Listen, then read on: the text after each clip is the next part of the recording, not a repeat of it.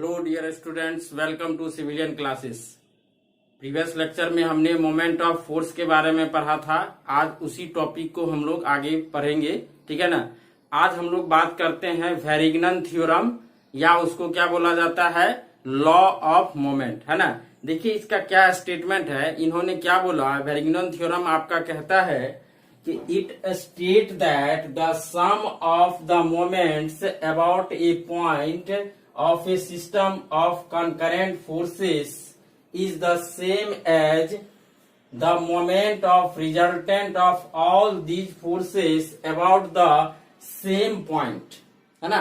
क्या बोला कि आपका सपोज करो, जैसे हमने एक आपका XYZ कोऑर्डिनेट सिस्टम कंसीडर किया और P पॉइंट पे कोई सेवरल, मान लो N जो आपका फोर्स है, N फोर्स आपका इस पे एक्ट हो रहा है, तो इन सारे फोर्स के इंडिविजुअल सारे फोर्स के कारण जो अलजेब्रिक सम ऑफ मोमेंट होगा वो बराबर होगा किसके, इन सारे फोर्स के कारण जो रिजल्टेंट बनेगा उसके कारण जो मोमेंट होगा, दोनों आपस में क्या होगा, बराबर होगा।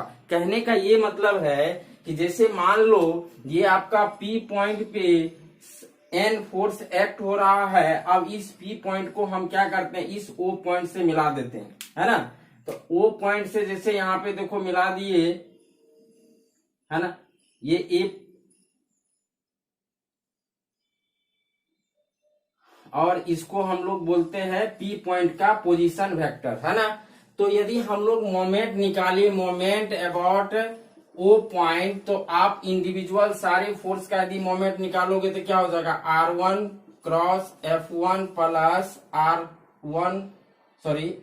Cross F2 plus R cross F3 plus and so on. कहां तक जाएगा ये, R क्रॉस Fn। क्लियर है। ये हो गया आपका सारे फोर्स, जो इंडिविजुअल सारे फोर्स के कारण आपका जो मोमेंट का सम। अब देखिए इसको हम लोग क्या करते हैं, हम लोग इसको इस तरह से लिख सकते हैं, R क्रॉस, ये क्या हो जाएगा F1 plus F2 plus F3 and so on, कहां तक आपका Fn तक, ऐसा लिख सकते हैं। दोनों सेम ही बात है। अब इसको ध्यान से देखिए, ये क्या है, जितने सारे फोर्स आपका P पॉइंट पे एक्ट हो रहा है उन सारे का क्या है, सम है, यानी आप इसको रिजल्टेंट बोल सकते हो। तो ये क्या हो जाएगा, R क्रॉस Fr। तो यही आपका वेरिग्नन थ्योरम का स्टेटमेंट है। क्लियर है ना, कि मतलब इंडिविजुअल फोर्स के कारण जितना मोमेंट होगा, इंडिविजुअल सारे फोर्स के कारण जो सम ऑफ मोमेंट होगा वो इक्वल टू हो जाएगा रिजल्टेंट फोर्स के कारण जो मोमेंट होगा at same point. Same point के अबाउट लेना, वो पॉइंट के अबाउट हमने लिया तो वो पॉइंट के अबाउट ही लेना है। क्लियर। यहाँ पे लिख लेंगे वेयर ये Fr, इसको हम लोग बोलते हैं रिजल्टेंट फोर्स, और ये बराबर हो जाएगा किसके, F1 plus F2 plus F3 plus and so on, कहां तक, आपका Fn तक। ठीक है, चलिए इसको नोट कीजिए।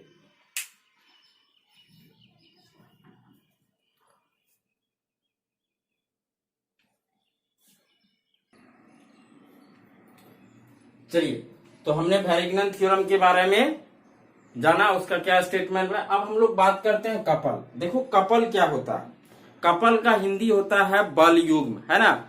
ये कपल कब जनरेट होता है, जब मान लो कोई आपका दो इक्वल एंड अपोजिट फोर्सेस, दो इक्वल, हमने क्या बोला, two equal and opposite forces यदि एक्ट हो रहा है। जैसे मान लो ये कोई आपका बार है ना, ये मान लेते कोई बार है यहाँ पे, और इसका डिस्टेंस हम मान लेते हैं क्या, d। यहां से यहां तक का डिस्टेंस क्या है, d है।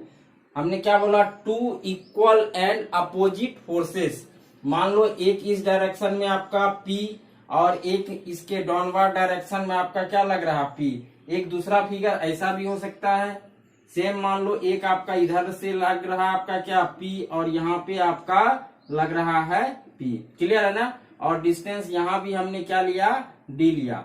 अब देखिए, तो यदि सम डिस्टेंस पे two equal and opposite forces यदि एक्ट हो रहा है तो वहां पे क्या जनरेट होगा, कपल जनरेट होगा। और कपल मान लो कोई भी कोई भी आपका सपोज करो ये डी लेंथ का क्या है, बार है ना, तो इसमें यदि कपल हो रहा है तो इसका मतलब है इस बार को वो क्या करेगा, क्या टेंडेंसी क्या होगा कपल का, उसमें टर्निंग इफेक्ट लगेगा। कैसा इफेक्ट लगेगा, टर्निंग इफेक्ट लगेगा, ठीक है ना। तो हमेशा याद रखो कपल कहां पे जनरेट होगा, जहां पे आपका two equal and opposite forces act हो रहा है ना।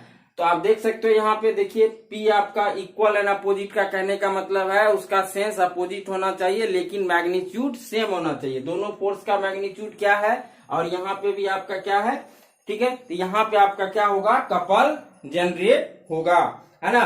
तो देखिए यहाँ पे ये किसे घुमाएगा, देखो ऐसे घुमा रहा ना, ऐसे घुमा रहा, ऐसे घुमा रहा, तो यहाँ पे यानी क्लॉकवाइज, और यहाँ पे कैसे घुमा रहा, यहाँ पे क्या होगा एंटी क्लॉकवाइज, या इसको बोलते हैं काउंटर क्लॉकवाइज, है ना। यहाँ पे इस तरह से घुमाएगा और यहाँ पे क्या होगा, इस तरह से घुमाएगा। क्लियर है। अब हम लोग बात करेंगे मोमेंट ऑफ कपल, है ना, moment of couple, moment of couple.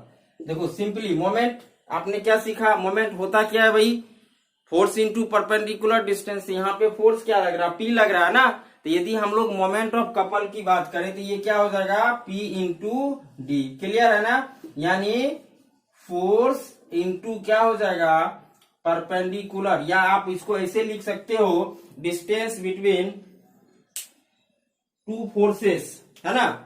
आप इसको ऐसे लिख लो perpendicular distance between two forces, है ना, force into perpendicular distance between two forces. तो आपका ये क्या कहलाता है, कपल, मोमेंट ऑफ कपल, इसको आप लोग याद रखेंगे, है ना। तो कपल आपका जो है किसी भी बॉडी में क्या लाएगा, कौन सा इफेक्ट लाएगा, टर्निंग इफेक्ट लाएगा। तो इसको नोट करेंगे, it's provide a turning effect, है ना, इट्स प्रोवाइड अ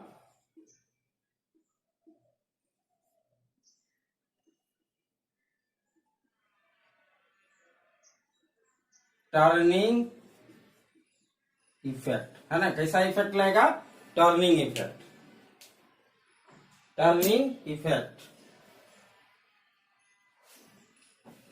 तो हमने अभी तक सीखा कि आपका वेक्टर क्वांटिटी क्या होता है, स्केलर क्वांटिटी क्या होता है। उसके बाद हमने वेक्टर का प्रॉपर्टीज देखा, दो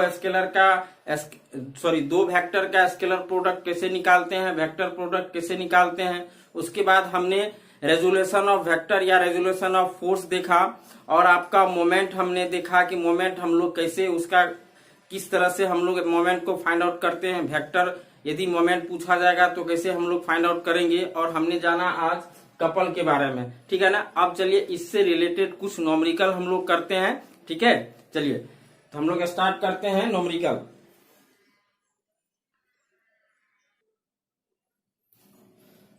चलिए देखिए क्वेश्चन है कि a force P equal to 4I minus 3J kilo newton is passing through a point. एक कोई फोर्स है जो दिया हुआ है कितना, 4I minus 3J is passing through a point 4,0,0 metre in XYZ coordinate, है ना। What is moment of the force about the origin. कह रहा कि कोई फोर्स P है जो इस पॉइंट से पास कर रहा है, तो ओरिजिन के अबाउट मोमेंट क्या होगा। ये आपका चार ऑप्शन दिया हुआ है।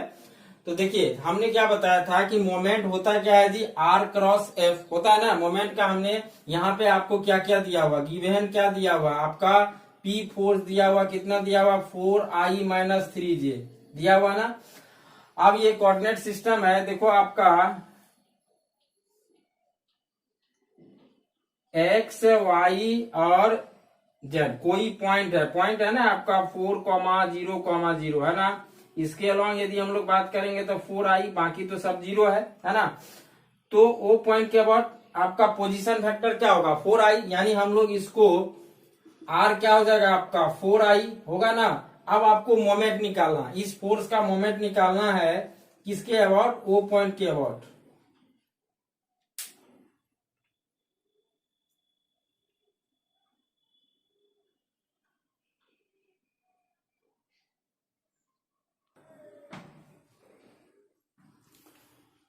तो देखिए क्या है आपका, तो मोमेंट होता क्या है, आर क्रॉस एफ होता है ना, आर क्रॉस एफ। अब आर का वैल्यू यहाँ पे रखेंगे, क्या होगा 4i क्रॉस, क्या हो जाएगा ये 4i माइनस 3j। और आपको पता है क्रॉस करना, इस डायरेक्शन में आपका i होता है और इस डायरेक्शन में j और इस डायरेक्शन में k। अब देखिए इसका क्रॉस इसके साथ होगा, 4i क्रॉस i 0 हो गया, खत्म कहानी। इसका अब इसके साथ करो, क्या हो जाएगा 4 इंटू माइनस 3 माइनस 12, और क्या हो जाएगा ये i cross j। i cross j आपको पता है, i क्रॉस j क्या होता है, k होता है ना, क्या हो जाएगा माइनस 12k।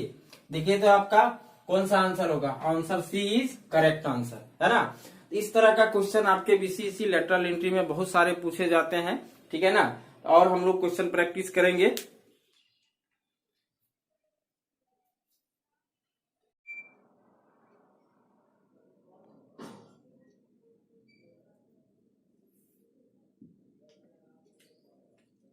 चलिए नेक्स्ट क्वेश्चन है, कह रहा है कि 3 concurrent forces are passing through a point P on x axis as shown in figure.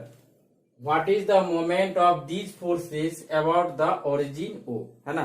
कह रहा है कि कोई फोर्स P है, कोई फोर्स P है जो आपका एक पॉइंट, सॉरी क्या बोले, कोई 3 कंकरेंट फोर्स आपका P पॉइंट से पास कर रहा है। देखो यहाँ पे आपका 3 कंकरेंट फोर्स यहाँ से पास कर रहा है, एक आपका 6 किलो न्यूटन, दूसरा 3 किलो न्यूटन और तीसरा क्या है 4 किलो न्यूटन।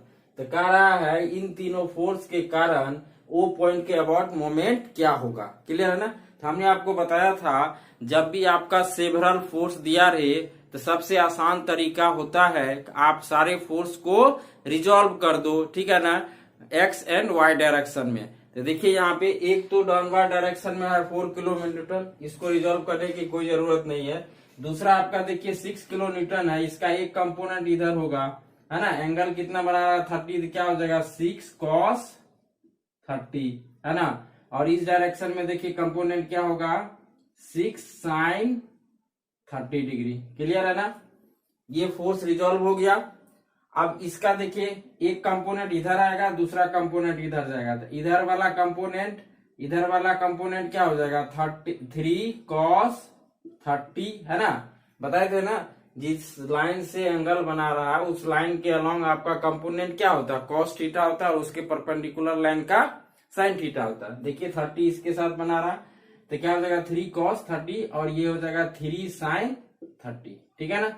अब सारा फोर्स आपका रिजॉल्व हो गया है। अब हम लोग क्या करेंगे, मोमेंट लेंगे, टेकिंग मोमेंट अबाउट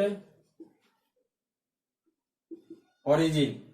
देखो तो क्या हो जाएगा, सिंपल है, यहाँ पे सिर्फ मैग्नीट्यूड की वो बात की है, ऑप्शन देख करके पता चल रहा है।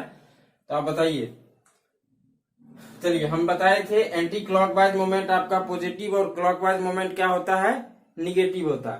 तो चलिए आपका ये यहां से शुरू करते हैं। ये 6 cos 30 आपका देखो, इसको इधर ले आओगे तो इसी पॉइंट से पास कर गया, इसके कारण कोई मूवमेंट होगा क्या, नहीं होगा, 0 हो जाएगा। आइए अब वर्टिकल कंपोनेंट आपका क्या है, पहला क्या है 6 sin 30 फोर्स, है ना, और इसका परपेंडिकुलर डिस्टेंस ये, है ना, ऊपर की तरफ लगा रहा था, ये परपेंडिकुलर डिस्टेंस देखो एंटी क्लॉकवाइज डायरेक्शन, है ना। तो कितना हो जाएगा मल्टीप्लाई, कितना हो जाएगा, ये डिस्टेंस आपका 5 है। फिर एक फोर्स है 3 sin 30, उतना ही डिस्टेंस पे लग रहा है ऊपर की तरफ, ये भी प्लस होगा, क्या हो जाएगा 3 sin 30 मल्टीप्लाई 5, ठीक है। अब आइए एक आपका 4 किलो न्यूटन का फोर्स डाउनवर्ड डायरेक्शन में लग रहा है, क्या हो जाएगा उसके कारण। देखिए हमेशा जब भी डायरेक्शन देखो परपेंडिकुलर डिस्टेंस को कैसे वो मूव करा रहा, ये डाउनवर्ड डायरेक्शन में कैसे क्लॉकवाइज निगेटिव, क्या हो जाएगा 4 मल्टीप्लाई 5। अब इसको हम लोग सिंप्लीफाई कर लेंगे, आपका आंसर आ जाएगा, क्या आ जाएगा 6 मल्टीप्लाई 1/2 sin 30 मल्टीप्लाई क्या हो जाएगा ये 5 प्लस 3 मल्टीप्लाई 1/2 मल्टीप्लाई 5 माइनस 20। इसको सॉल्व कर लीजिए, यहां से आएगा आपका 3 यानी हो जाएगा 15 और ये देख लो 3 × 5 15, 15/7 यानी 7.5 - 20, इसको आप जोड़ेंगे 22.5 यानी 2.5 आएगा किलो न्यूटन मीटर। ठीक है, देखिए तो कौन सा ऑप्शन होगा, option B is correct answer. तो सिंपल है, यदि आपका इस तरह का क्वेश्चन आता है सेवरल फोर्स, यदि मान लो किसी पॉइंट पे एक्ट हो रहा है तो आपको मोमेंट निकालना, तो सबसे आसान तरीका होता है आप उस फोर्स को रिजॉल्व कर दो। ठीक है,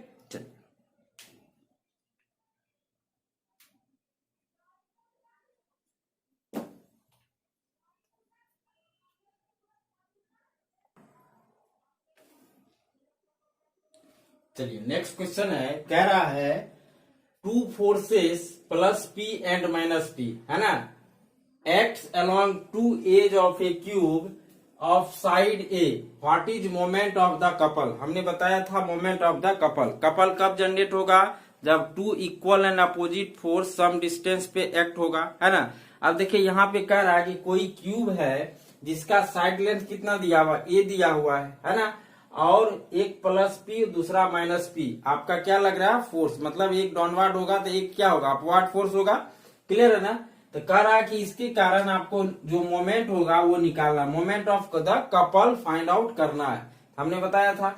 अब देखो यहाँ पे अब ये P डाउनवर्ड आ रहा है और ये, अब इसके बीच का डिस्टेंस आपको निकालना पड़ेगा। तो कौन सा डिस्टेंस होगा, ये वाला डिस्टेंस आपको निकालना पड़ेगा। देखिए ये वाला डिस्टेंस है ना, क्योंकि आपका ये डिस्टेंस निकल जाएगा तो आप आसानी से निकाल सकते हैं। तो बताओ ये डिस्टेंस क्या होता है, कोई भी क्यूब का ये डायगोनल का लेंथ कितना होता है, डायगोनल का लेंथ √2a होता है ना। अब बताओ डिस्टेंस दोनों फोर्स के बीच का पता चल गया, तो मोमेंट बराबर क्या होता है, फोर्स इंटू डिस्टेंस क्या हो जाएगा, √2pa। क्लियर है ना, √2pa। देखो कैसे घुमा रहा है, एंटी क्लॉकवाइज ना, एंटी क्लॉकवाइज आपका ये टर्निंग इफेक्ट ला रहा है ना, तो क्या हो जाएगा आंसर, देखिए तो √2pa। बहुत सिंपल सा क्वेश्चन था ये, इस तरह का भी क्वेश्चन आता है। ठीक है ना, चलिए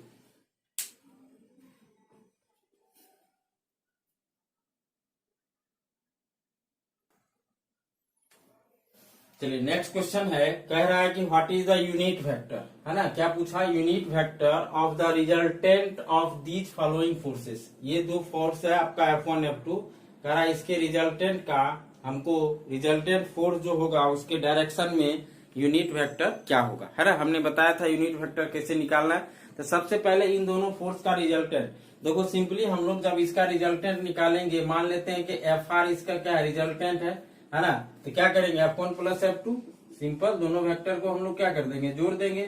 ठीक है ना, जोड़ दीजिए, क्या हो जाएगा, देखिए I वाला I के साथ जुड़ेगा, 4 + 2 कितना हो जाएगा 6I। ठीक है, 3 + 3 कितना हो जाएगा आपका 6J, फिर ये क्या हो जाएगा 4 + 2 कितना हो जाएगा 6K।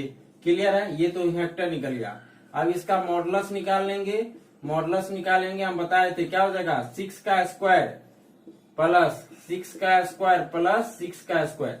ठीक है, ये जोड़ लेंगे। देखो तो यहाँ पे, तो इसको आप सॉल्व कर लो, यानी क्या हो जाएगा 6 स्क्वायर, तीनों में से कॉमन करके बाहर आ जाएगा 6, और रूट के अंदर क्या बच गया 3। ठीक है ना, मान लो इसका यूनिट कुछ भी दिया हुआ, इतना यूनिट हो जाएगा, मान लो न्यूटन दिया हुआ, जो इतना यूनिट लिख देंगे हम लोग। ठीक है, ये समझ में आया। 6 स्क्वायर यहाँ से कॉमन होगा, रूट के बाहर आएगा तो क्या हो जाएगा 6 हो जाएगा, बचा 1 + 1 + 1 √3, 6 √3 हो गया। अब आपको यूनिट वेक्टर, तो मान लेते हैं हम लोग इसके अलावा जो यूनिट वेक्टर क्या होगा, तो यूनिट वेक्टर का फॉर्मूला क्या, मान लेते ये जो रिजल्टेंट आया, इसका रिजल्टेंट का कैप यूनिट वेक्टर क्या होता है, FR डिवाइडेड बाय क्या होता है जी, मॉड FR। क्लियर है ना, FR का वैल्यू रख दो, कितना हो जाएगा 6I + 6J + 6K। क्लियर है, और डिवाइडेड बाय क्या हो जाएगा 6 √3। सबको इंडिविजुअल डिवाइड कर दो, है ना, क्या हो जाएगा I बटा √3 प्लस J बटा √3 प्लस K बटा √3। देखिए तो आपका कौन सा ऑप्शन होगा, option B is correct answer. ठीक है, चलिए नेक्स्ट क्वेश्चन।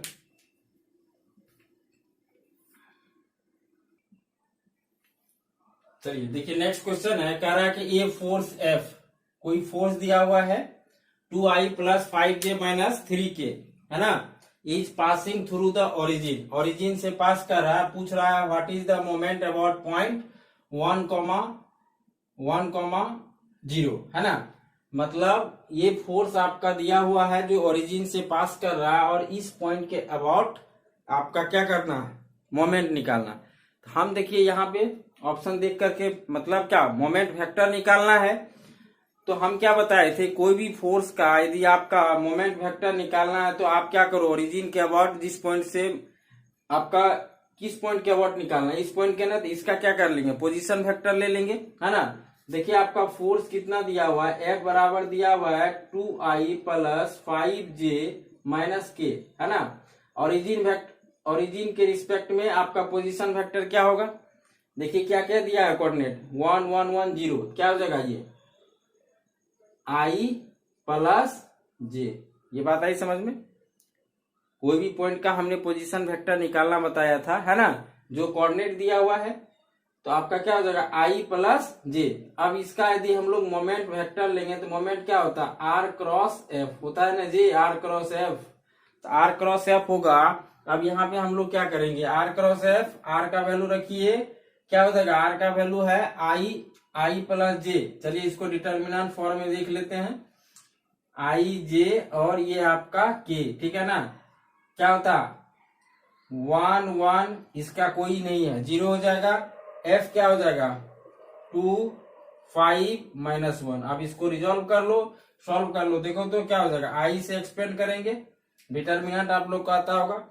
चलिए हम लोग इसको फर्स्ट रो से एक्सपेंड करते हैं, है ना, आई जिस रो और जिस कॉलम में उसको खत्म करो, इसको और इसको खत्म कर लिया और ऐसे मल्टीप्लाई करना, ऐसे और ऐसे, है ना, क्या हो जाएगा 1 मल्टीप्लाई माइनस 1 और ये 5 मल्टीप्लाई 0, क्या हो जाएगा 0 माइनस 0, ठीक है ना, प्लस माइनस क्या होता है माइनस j, ठीक है, साइन देते हैं प्लस माइनस प्लस, आप लोग को डिटर्मिनेंट आता होगा सॉल्व करने के लिए, माइनस j। अब ये जिस रो और जिस कॉलम खत्म कर दो, ये आपका कॉलम और ये खत्म हो गया ना, देखो यहाँ पे ये कॉलम खत्म हो गया और ये रो खत्म हो गया, तो क्या बचेगा, ये खत्म हो गया, ये खत्म हो गया, तो क्या बच गया 1 मल्टीप्लाई माइनस 1 और 2 मल्टीप्लाई 0, क्या हो जाएगा -0, ठीक है। उसी तरह से आपका क्या हो जाएगा k, देखिए क्या हो जाएगा, ये और ये खत्म हो गया, 1 मल्टीप्लाई 5 यानी 5 और 2 मल्टीप्लाई 1 -2, ठीक है। अब इसको सॉल्व कर लेंगे, क्या हो जाएगा -i, यहां से देखिए -1 माइनस प्लस j और ये क्या हो जाएगा 5 - 2 प्लस 3k। अब इसमें से देखिए कौन सा ऑप्शन है, -i plus j, -i plus j plus 3k। एक मिनट, ऑप्शन इसको करेक्ट कर लीजिए। चलिए इस ऑप्शन को सही कर लेंगे, यहाँ पे -i प्लस j, यहाँ पे 3 कर लीजिए, है ना। ये आपका थोड़ा सा ऑप्शन मिसप्रिंट था, आपका क्या होगा -i plus 3j, sorry -i plus j plus 3k, है ना। तो इस तरीके से अब कोई भी क्वेश्चन यदि आपका चाहे मोमेंट वेक्टर पूछ रहा हो या मोमेंट ऑफ कपल आ रहा हो तो आप निकाल लेंगे। ये इस तरह का क्वेश्चन जो भी होगा वो सारा क्वेश्चन हम करवाएंगे। जब हम लोग कुछ क्वेश्चन जो एली का करवाएंगे उसमें और सारे क्वेश्चन का हम लोग प्रैक्टिस करेंगे, है ना। ठीक।